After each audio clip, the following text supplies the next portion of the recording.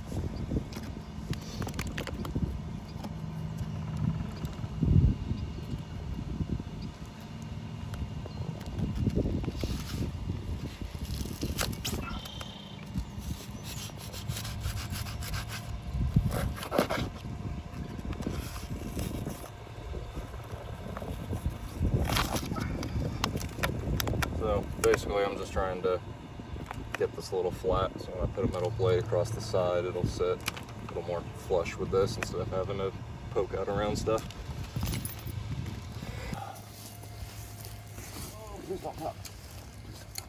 So in this case, we're going to open up our flashing roll. Got to be careful that it doesn't pop. Let that thing unwind. There we go. Wait. Anytime we're dealing with metal flashing, we got to be very careful. Side, or is there a specific side that's different, or it's all the same, right? They're both the same side. I just don't want that sticker on it. See, anytime we're dealing with metal flashing, we have to be careful not to cut our hands. It's very easy to do. Now, Tristan, do you ever wear gloves when you cut flashing?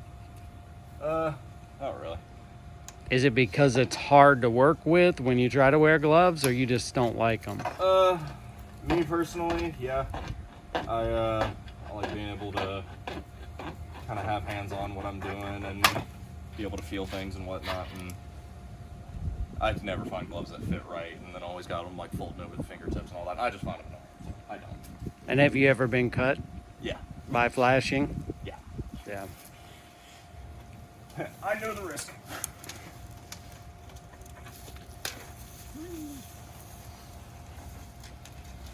Okay.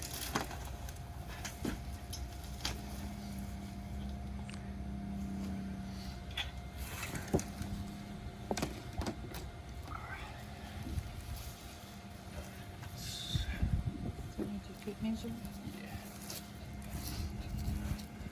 Yeah. You're working today. You're working, Yep, she's girl. writing a video. That would be You're interesting. working, girl, today. Come on.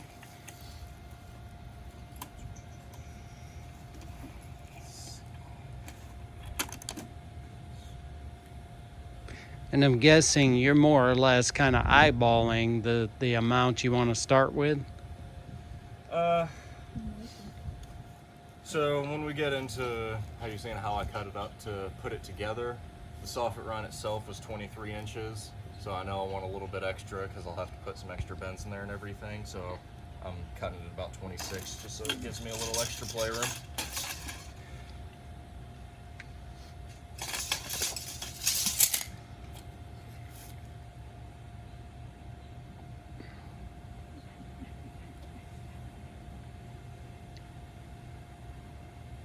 Get ourselves a good solid straight mark on the metal itself. Yeah, a speed square would make this a little bit more ideal, but it'll do. Always goes back to preparation, trying to leave the office with the right tools. Right. That's one of the hardest things in the industry, is making sure that before you leave the office or your home, you have the right tools. And no matter how many tools you have, there's always something you need that you don't have, unfortunately. But you always want to make sure you do the best you can to have a good list of tools.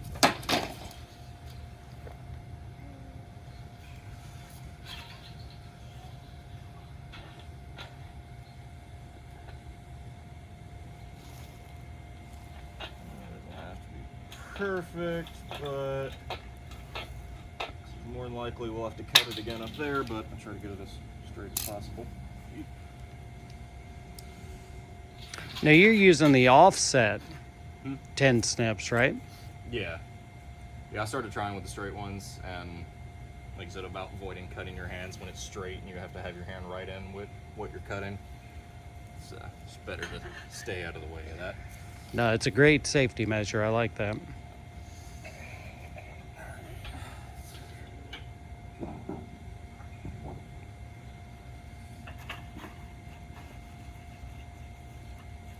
Straighten this up as best I can.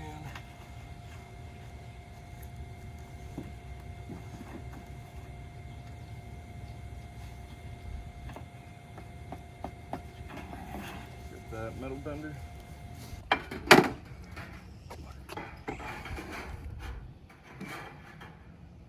Someone like hold this up right here. Yeah.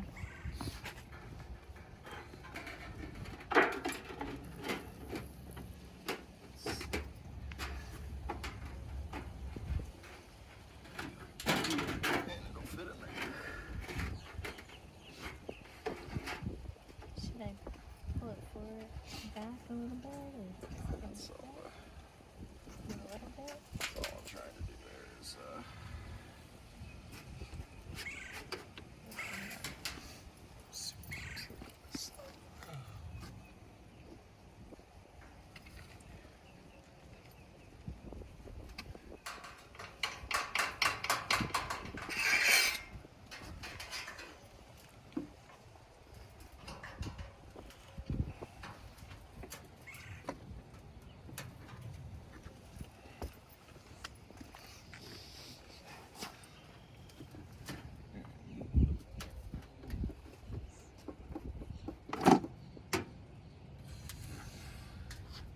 Is it cutting yet? like this.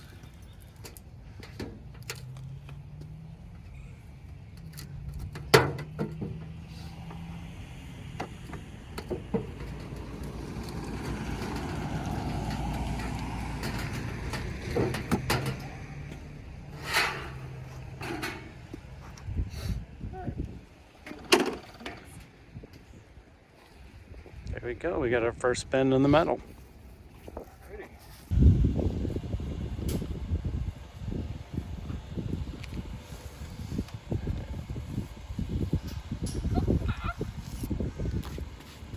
That. Yeah, those burrs are tough, aren't they?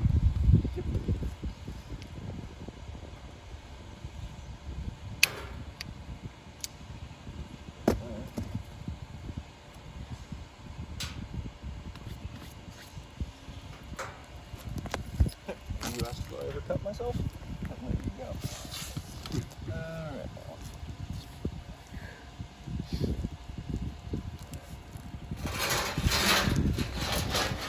Now is where you just start angling to fit in the place you want it to.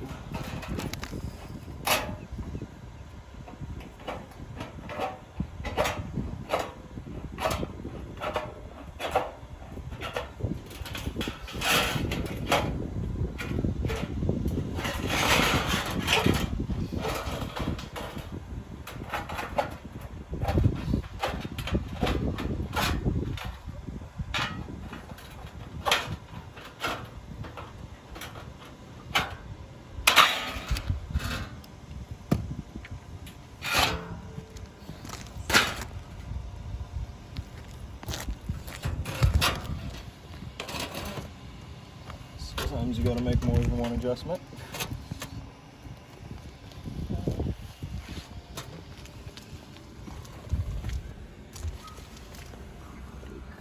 Put another 3 inches.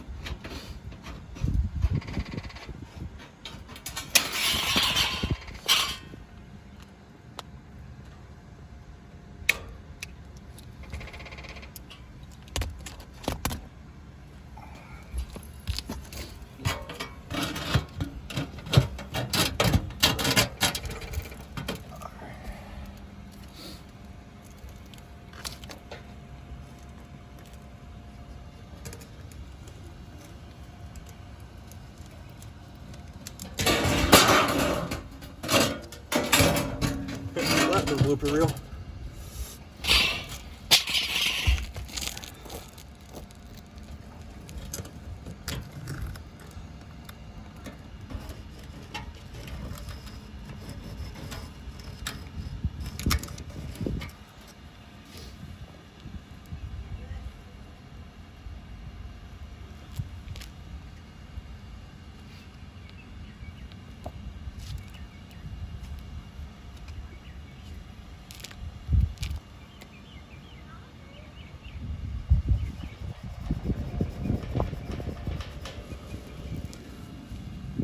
And why did you make that mark?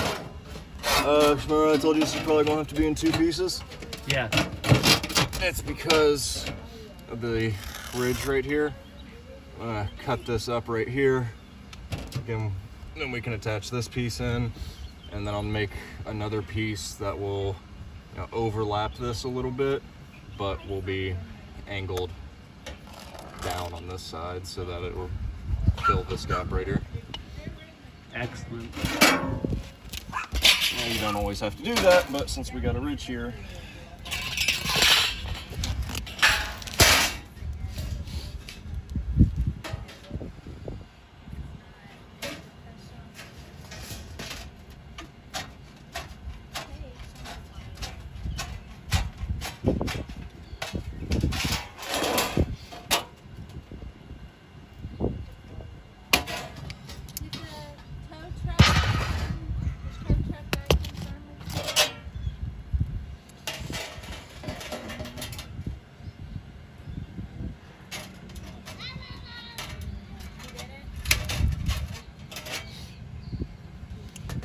cutting off the bottom where I drug the pencil across the bottom so it'll match up with how the shingles are on the roof.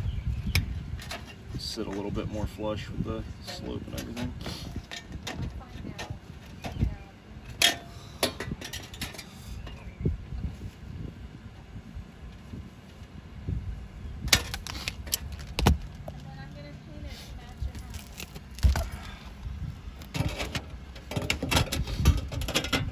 Just go ahead and call the tow truck people. I mean, the guy said text him the addresses. He would be there at 8:30 and we'd pay on site. I did everything he required.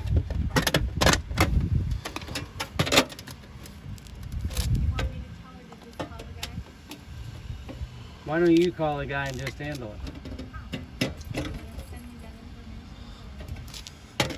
I want to do a lot of things, but give me a second.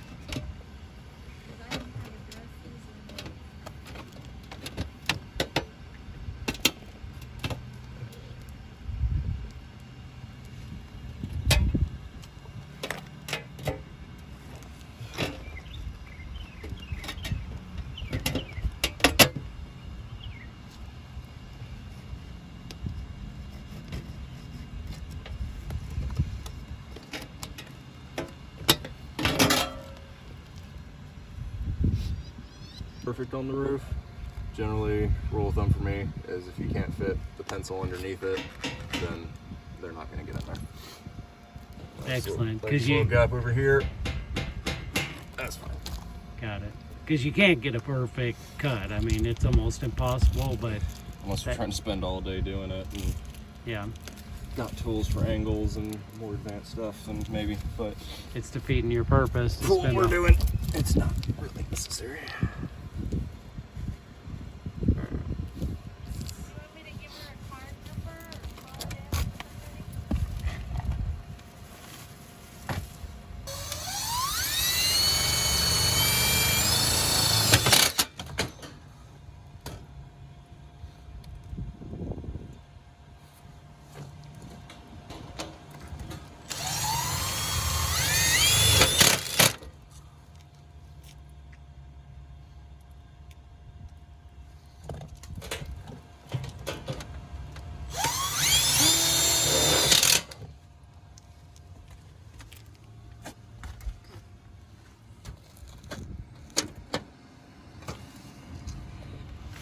It's always poking out right there because of the bend we put on it, but I'll fix that when we do the side piece.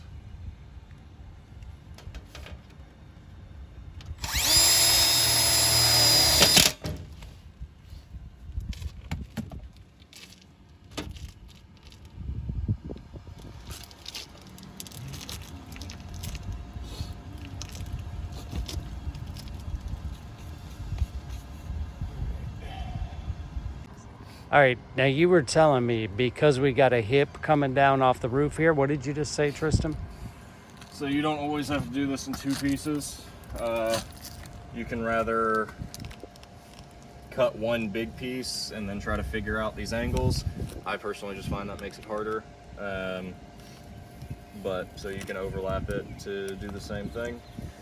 But it's only because of this ridge right here that we're cutting this into 2 pieces so we can get the metal to come down this angle here.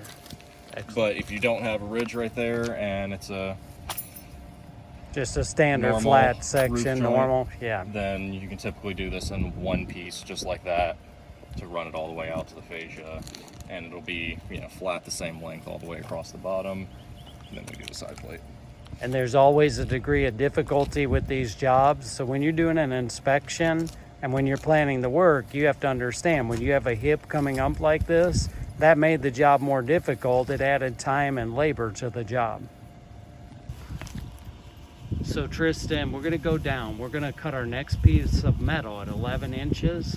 Is there gonna be a third piece, or is this piece gonna encompass like all the way to the edge there and cover the rest of our There hole? will be a third piece. So the second piece is just to finish this run here. It's gonna run straight out all the way to the fascia and then angle down this roof here. So this next piece is gonna go from here down this angle to here. It'll come past a little bit. That's where we're gonna bend it again here on this side, because when we put the next piece up, the next piece is gonna run from here all the way across this side to the corner over here underneath the drip edge. So when we put this extra bend on the second piece, that's just to give us a surface to screw into for the side plate. And one other question too, on your first piece you did here, would there ever be a case where you do a bend at the bottom there, like how you were cutting it? Would that ever make sense, or do you always do it straight? No, because if there's ever any kind of scenario where, whether it being the shape of the roof or roof leaks or anything like that, it's not meant to be weatherproof. You don't want to do anything in there to trap water, so if for whatever reason water gets in there, you don't want it just sitting there collecting. So you want to have enough of a gap for water to escape, but not enough of a gap for a rat to squeeze through. Now sometimes you might put an extra bend on the side right here because like there's a little gap right here. Sometimes on houses they will have a little indent across the side here. So sometimes you put an extra snip into the side right here so that you will have a lower piece that sticks out a little bit farther and can fit into that gap, and then the excess on the top half I just bend so it sits flush against the wall. I know about what I'm looking at here. So at this point, we're gonna measure our third piece. Even before you cut it, the second piece, technically, you can measure the third because you know exactly where you're coming out to. Yes. So right here is about 40 inches. I'll probably cut it at 42 just to give me some playroom. It's always nice to have a little extra. You can take away, but you can't add to, right? I would rather cut off the excess than 40 inches of metal and it'd be too short.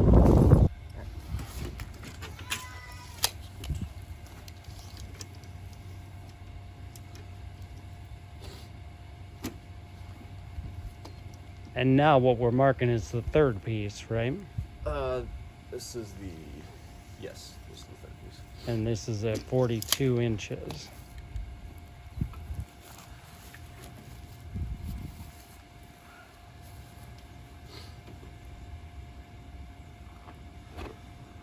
Side plates will obviously not always be 42 inches long.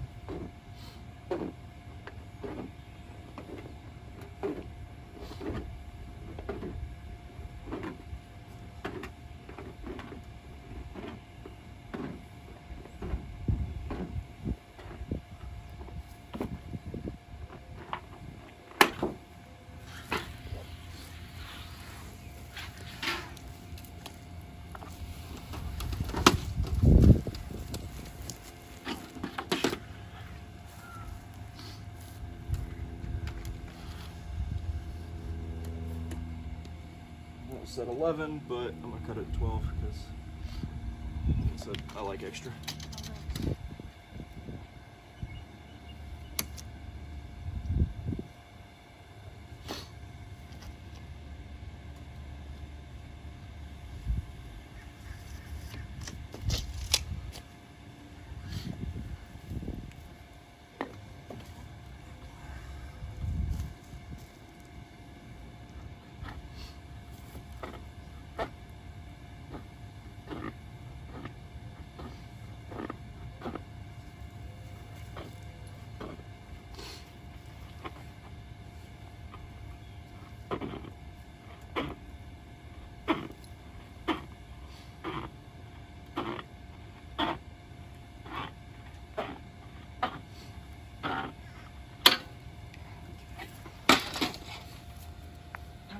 Put a bend on our second piece.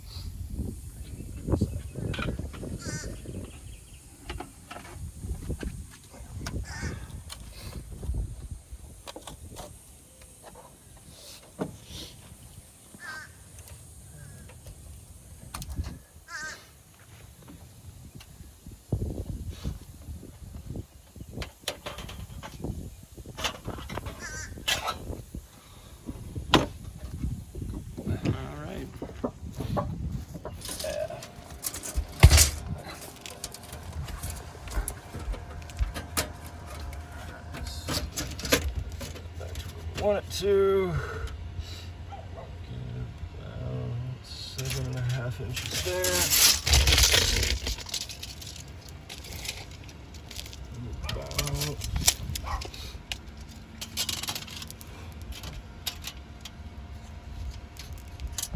11 inches there.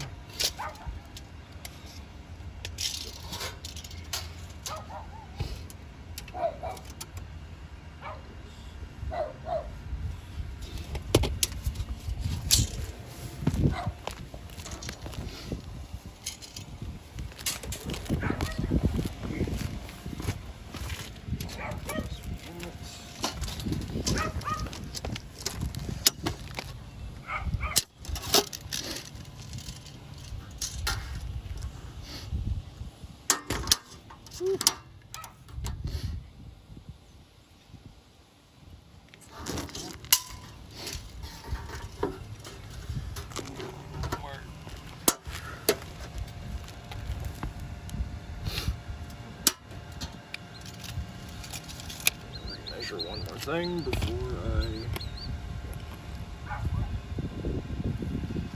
this up.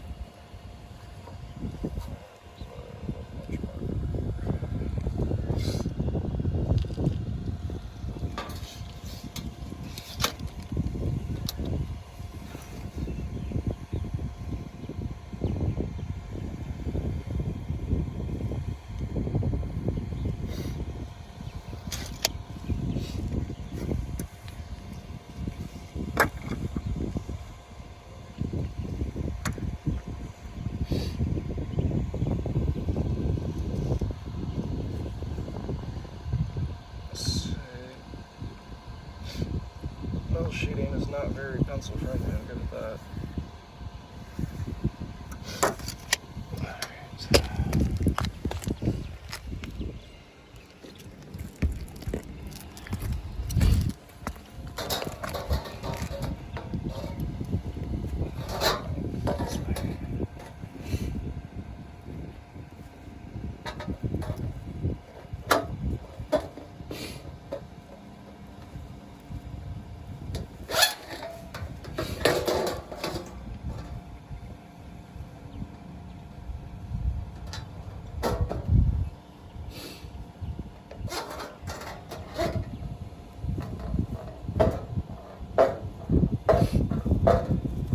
very interesting how you measured to follow the contour of that hip that's coming up. So you're basically forming the sheet metal to go right around the hip. Yes.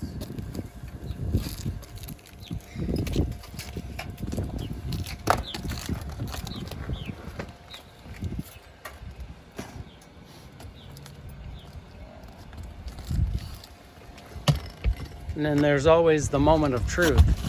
Yep.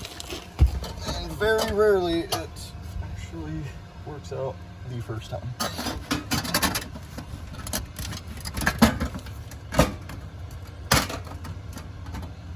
Yes, looks like I've got that on left.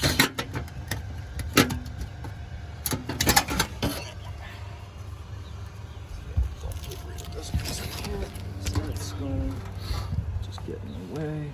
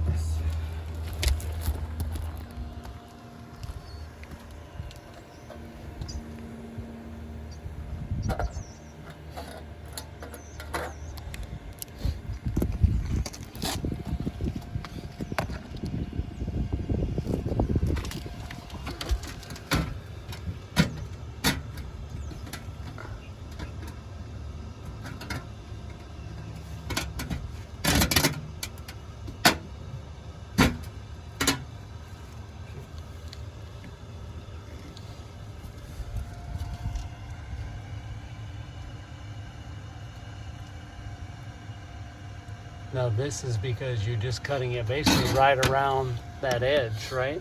Yep, cutting it. Fascia capping It's there. screwing into the soffit. So, like you can see right here how it doesn't want to sit flat against the soffit because the fascia. So I'm just going to cut out that chunk of the fascia.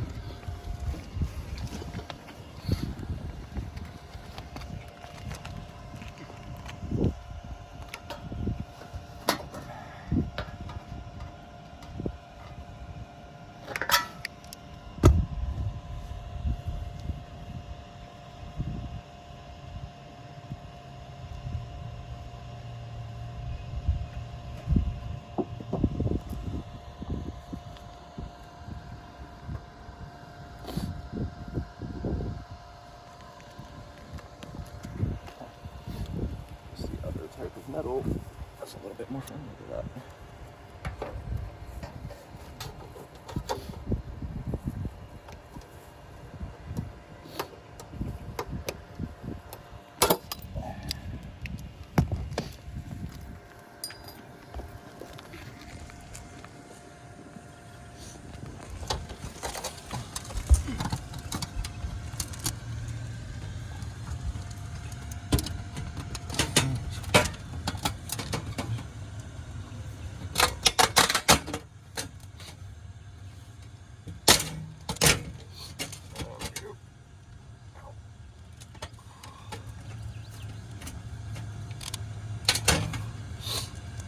Yep. So that fits about right. Check this gap, make sure good on that.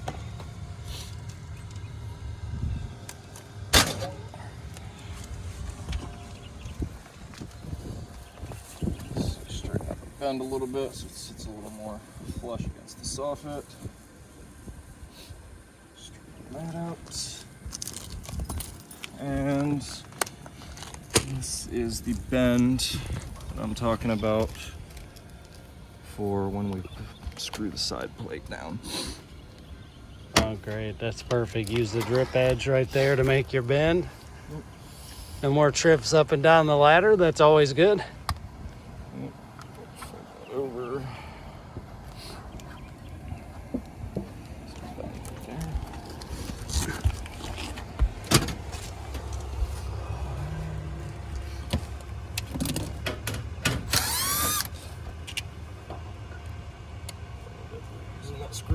both of these off.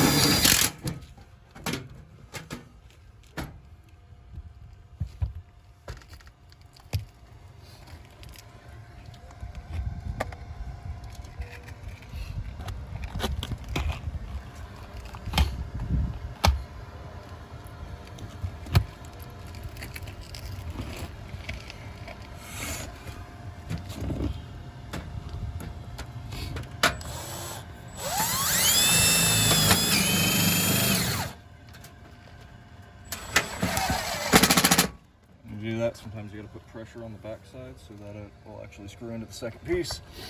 Obviously you don't want to drill into your hand though. While I was drilling the top, I was holding it on the bottom. Now I'm going to hold it on the top while I drill into the bottom.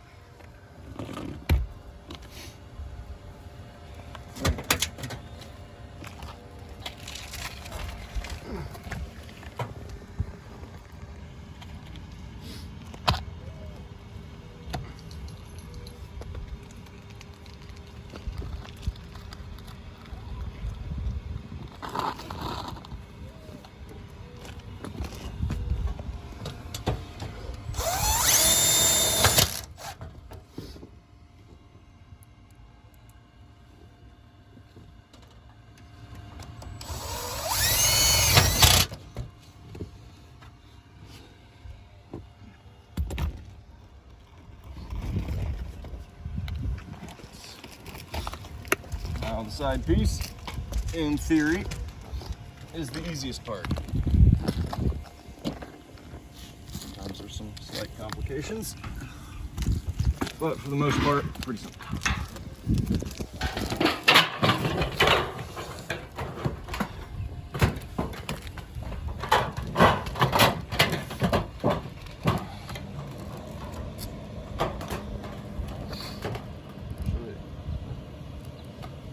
Here, right around the top drip edge over here. Same deal down here, right about there. Or drag the pencil along the back side. And you get the slope of the roof.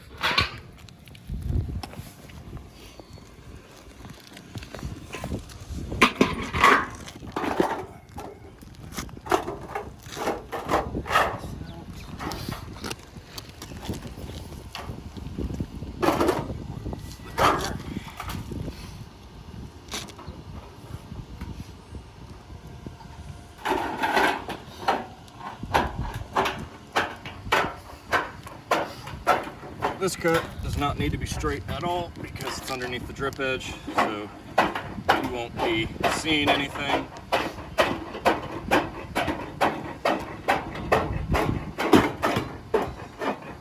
So no need to be meticulous about it.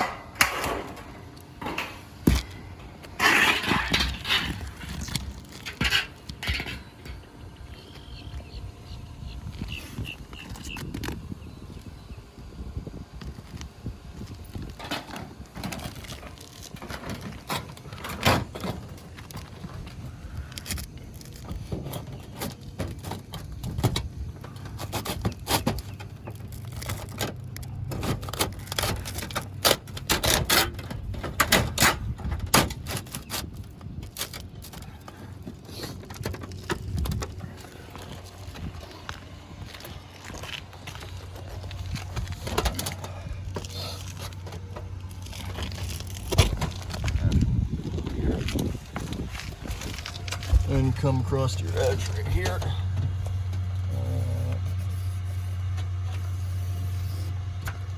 Like that.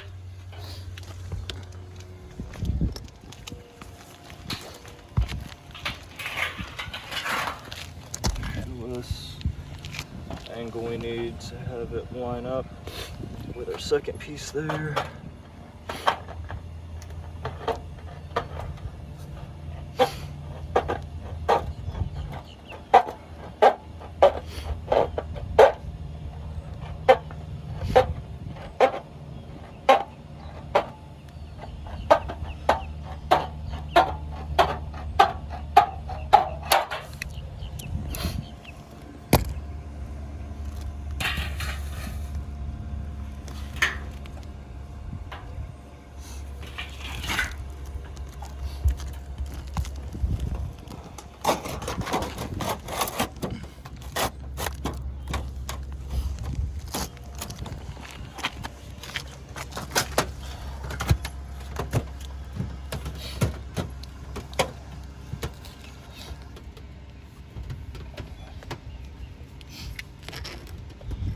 And here's the complications I was talking about.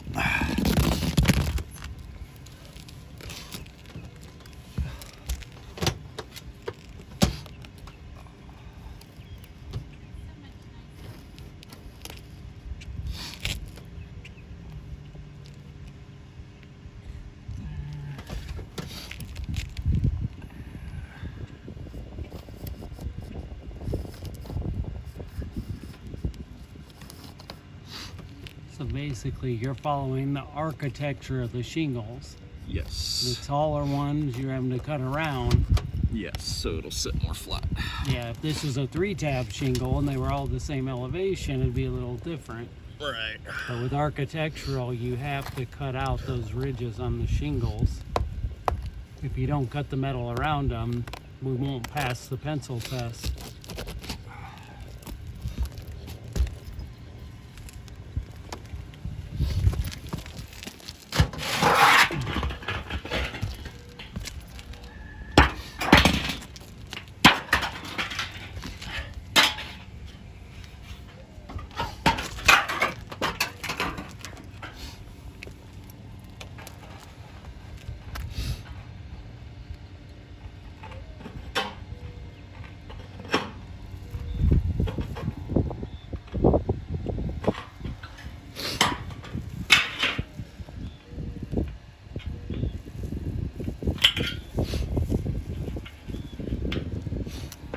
As we're doing this, it all makes sense. I mean, you know, for somebody who's not experienced, it's not as easy as Tristan's making it look, but everything we're doing is a simple concept.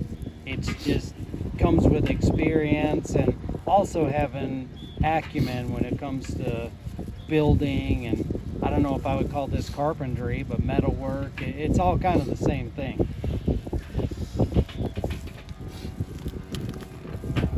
Yeah, it definitely takes practice, but if you're semi-handy at all, the concept isn't super hard.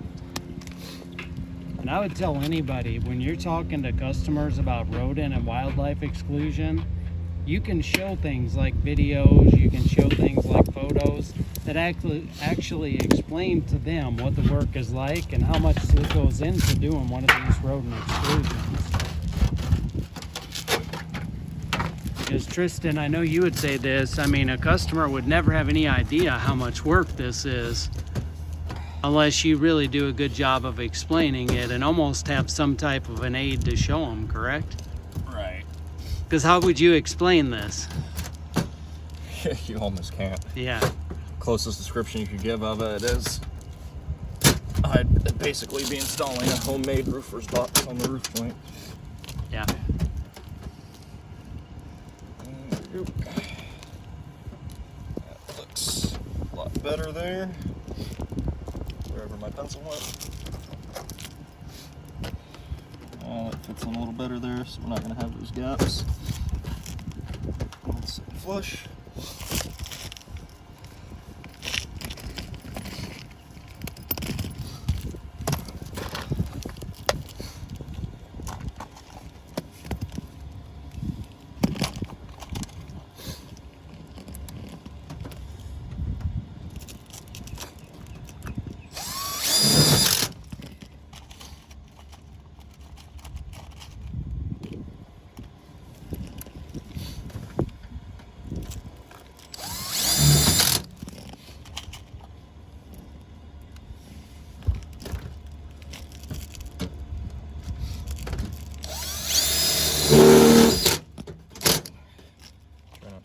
the roof in the process.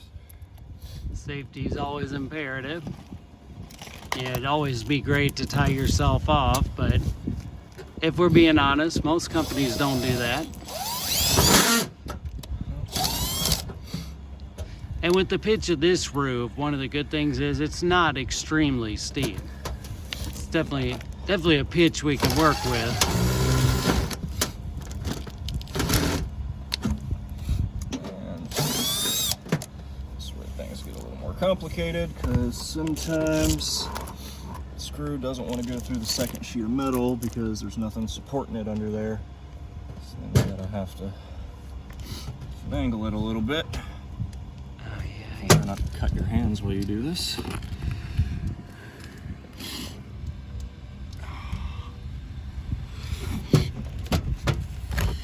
Bend it out a little bit so it has a little extra support.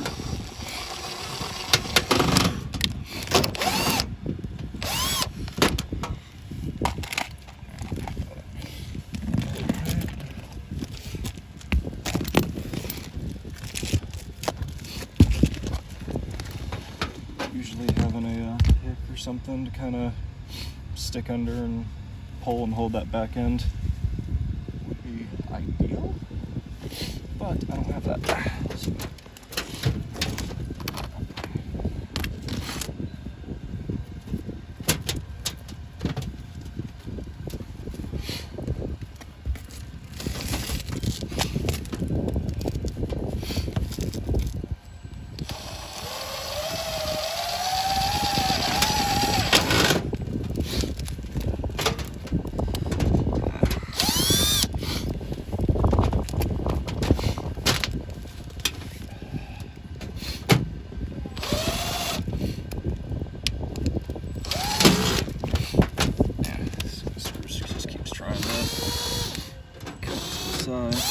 Now, Tristan, would it make any difference if you had a drill bit to like pre-drill? Then you'd have the same problem, right? Because you'd still be pushing the back piece out. There's no support. If it pre-drilled it and the hole was already there to guide it through, that would probably make it easier. In my case, using self-tappers, having to try to get it to get through a second piece of metal, especially when that second piece of metal doesn't have anything behind it to hold it steady, so that metal is bending as it's trying to, I'm pushing pressure on it. Makes it a little complicated.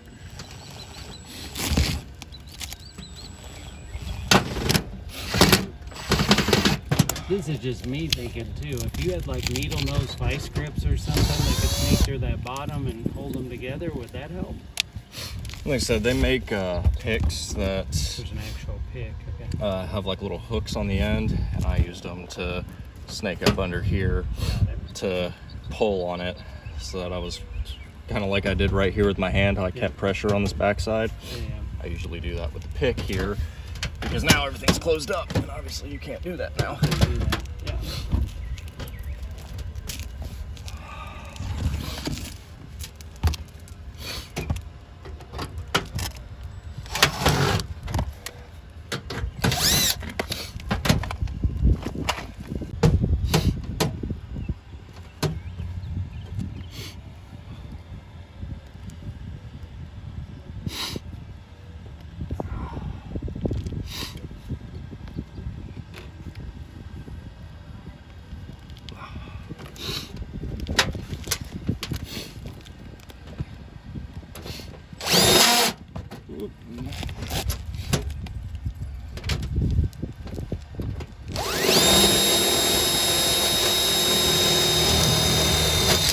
There we go.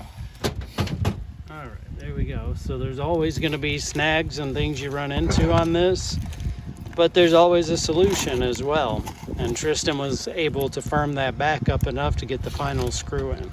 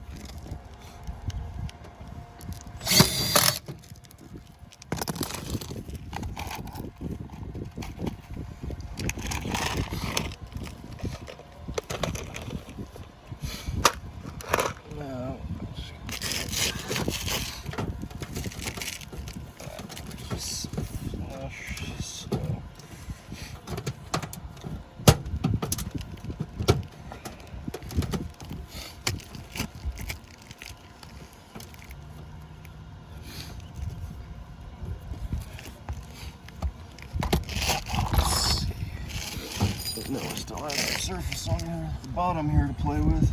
Figure out where it started.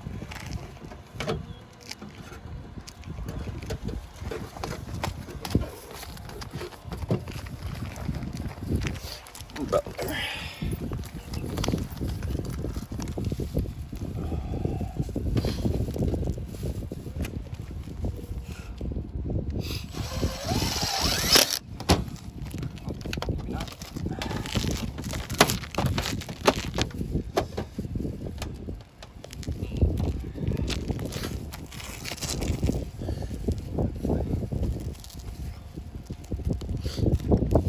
And like I was saying about competition, sheet metal itself, trying to bend out that way. And anything behind that to be able to screw to. So, filling out this gap right here is where things get annoying.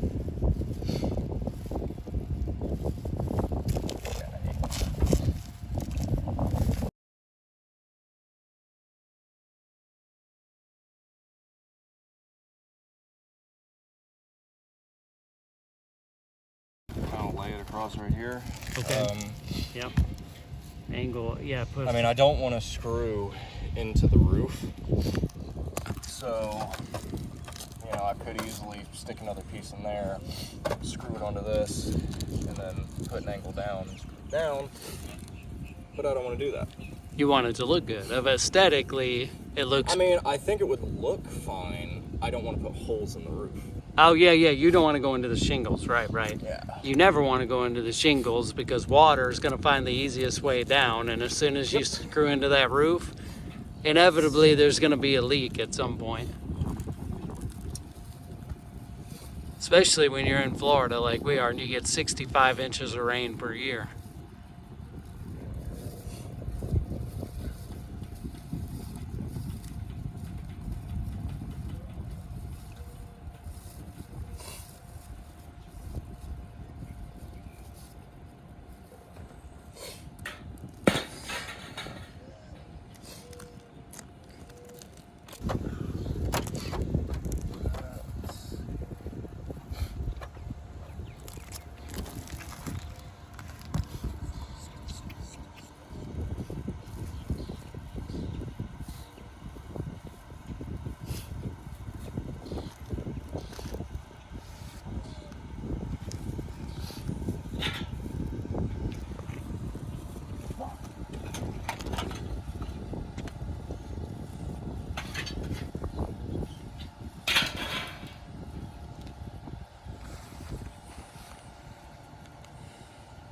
It's recording me thinking. Respond. Tristan, one of the things that anybody would be thinking about a job like this is what would you charge to do a box out like we have here? Typically, just because of the cost of material between the metal and screws and everything, plus the time that it takes to make all these measurements and cut angles and everything and get everything installed. I mean, we've been here an hour and 15 minutes and we have one roof joint done. So especially if you get on a bigger house that has multiple roof joints plus the rest of the other work, it tends to be a little expensive. I would say for a single roof joint, I would charge like $150. So at this point, what we're going to try to do is we're going to try to cut a piece for that bottom section that has the little gap in it.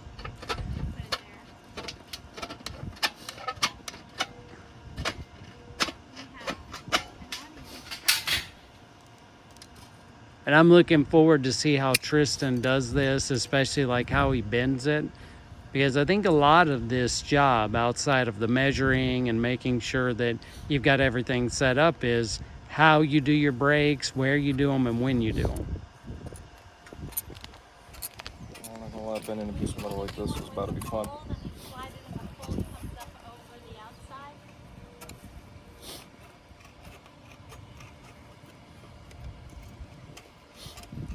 And now you're just trying to level it out a little bit. Yeah, this is... That's the other thing too with your materials you don't want to go up and down the ladder 20 times on one job, so you try to make use of what you have up on the roof, right? But we could always go down and get more material, but that's So why do I gotta go down and cut another piece of metal when I got a bunch of metal right here? correct.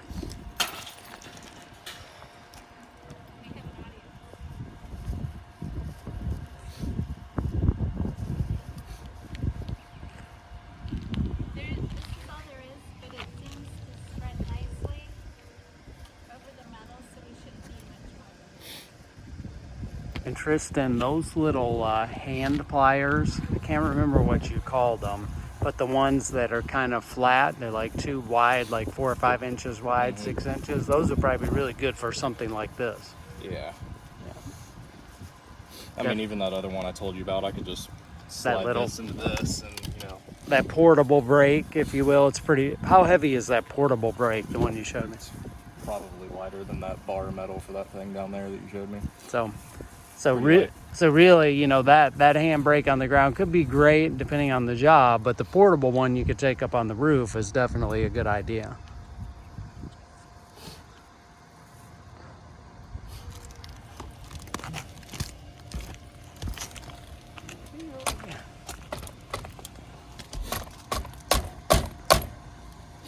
Never use your impact battery as a hammer.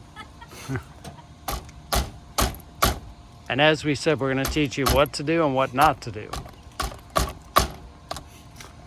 Or do as we say, not as we do. Is that what they say?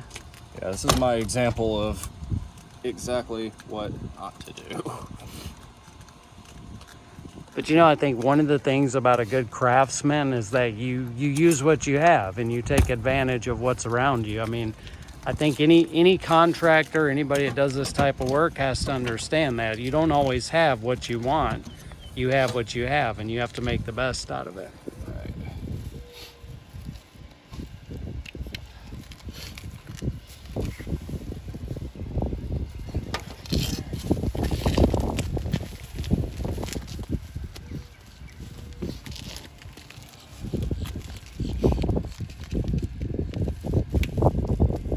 And again, we're cutting around a shingle ridge.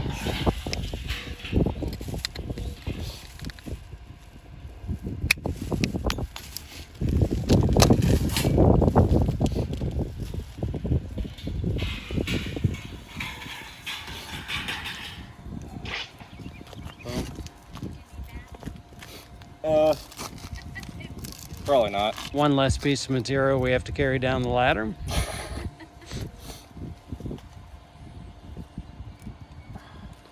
And as you're bending this, and again, If you don't want to cut yourself, probably wear gloves if you're going to do it like this, because this is definitely one of those scenarios where it'd be very easy to cut yourself. Yeah. luckily for me, Although, but just I've forming done this a few by times. yeah, you know, from experience, but just forming this by hand, I mean, you're doing a great job. I mean, there's a portable brake that we discussed that could definitely be used that probably would make this easier. But once again, I think Tristan has done just an excellent job of making things work with what he has here.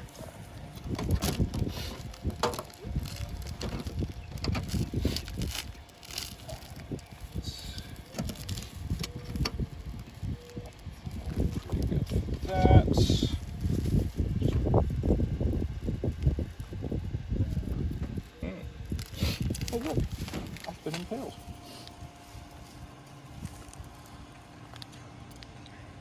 And now, once again, you're trying to meet the pitch of the shingles, right? You gotta, yeah, we're Yeah, having I the, intentionally made that bend a little too steep. It makes it easier to work with, but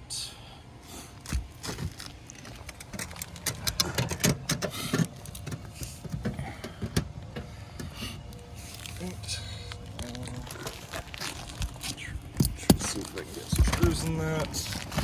And we'll probably still have to beat it down a little bit.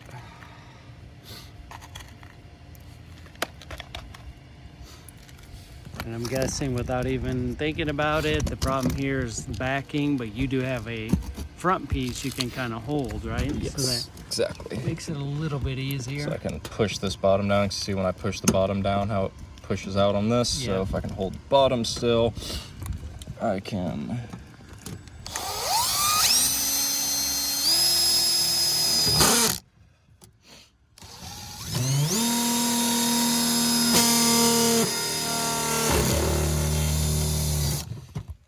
Okay, maybe not. Okay, it actually went through. It just didn't hold. Great. That is fantastic. So the hardest thing that I think about with this is that in my mind it's like, oh, can I just silicone it? Is there an easier way? But Probably could do that, to be honest. you know, knowing how a good contractor thinks, ideally you would want to do it correctly with the screws.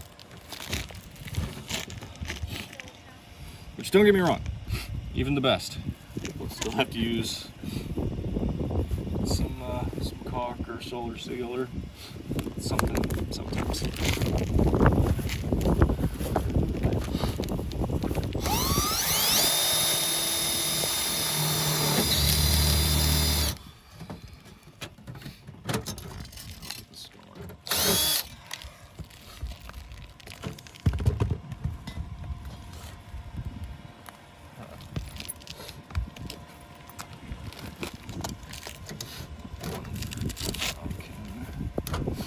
Stick it on the front and stuff like that.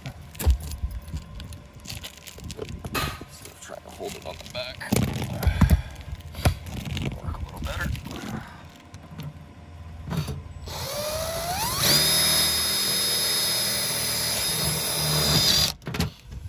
Hey.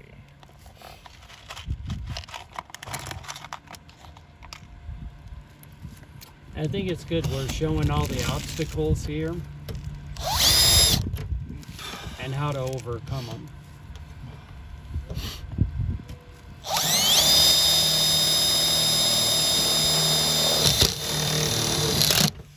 Yeah, this is where your own ingenuity comes in too, because I've never done this one before. Just putting a plate on it like this.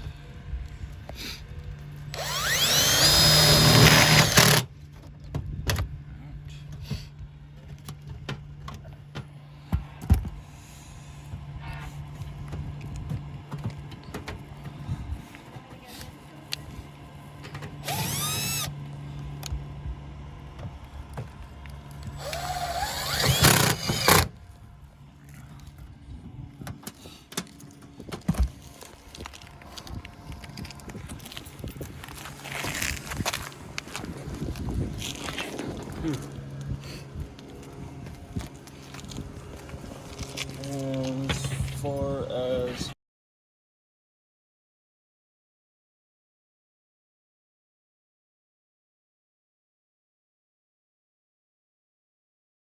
probably just put some sealant in there.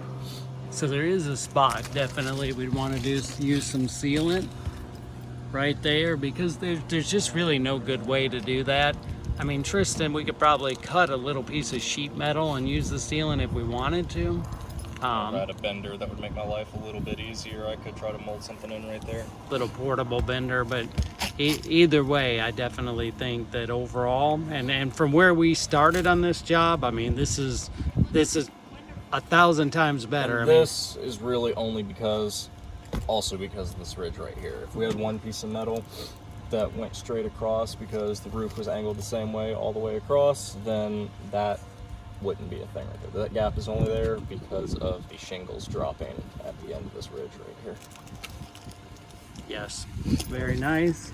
And we've even got, we've got a person on the ground here, happens to be my wife, and we're getting her approval, which is much better than I do at home. So Tristan, I definitely think you've done well today.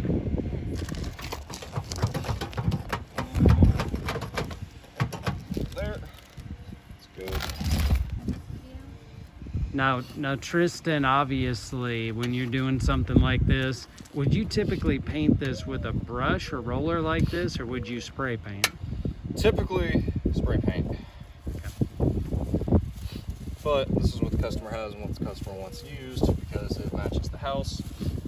So we're going to do the best we can. What do we got?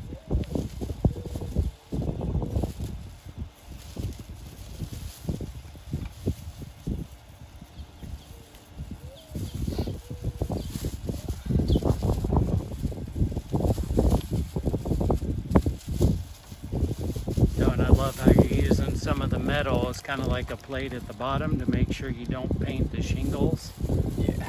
as well as we're trying to keep it off the drip edge. There's just a lot of angles. Yeah, it's gonna be a little hard to keep it off the drip edge though. Would you just wipe that a little bit at the end just to try to? Yeah. This is also why I prefer spray paint, because I can put this angle here and spray the bottom of that. But now, because I have a round roller trying to get into a very small angle right there, I can't get it Multiple reasons why the perfectly spray across paint. that right there. Yeah, the spray paint would definitely be the preferred method. And here's where we hope the customer understands that we are not painters. Very true.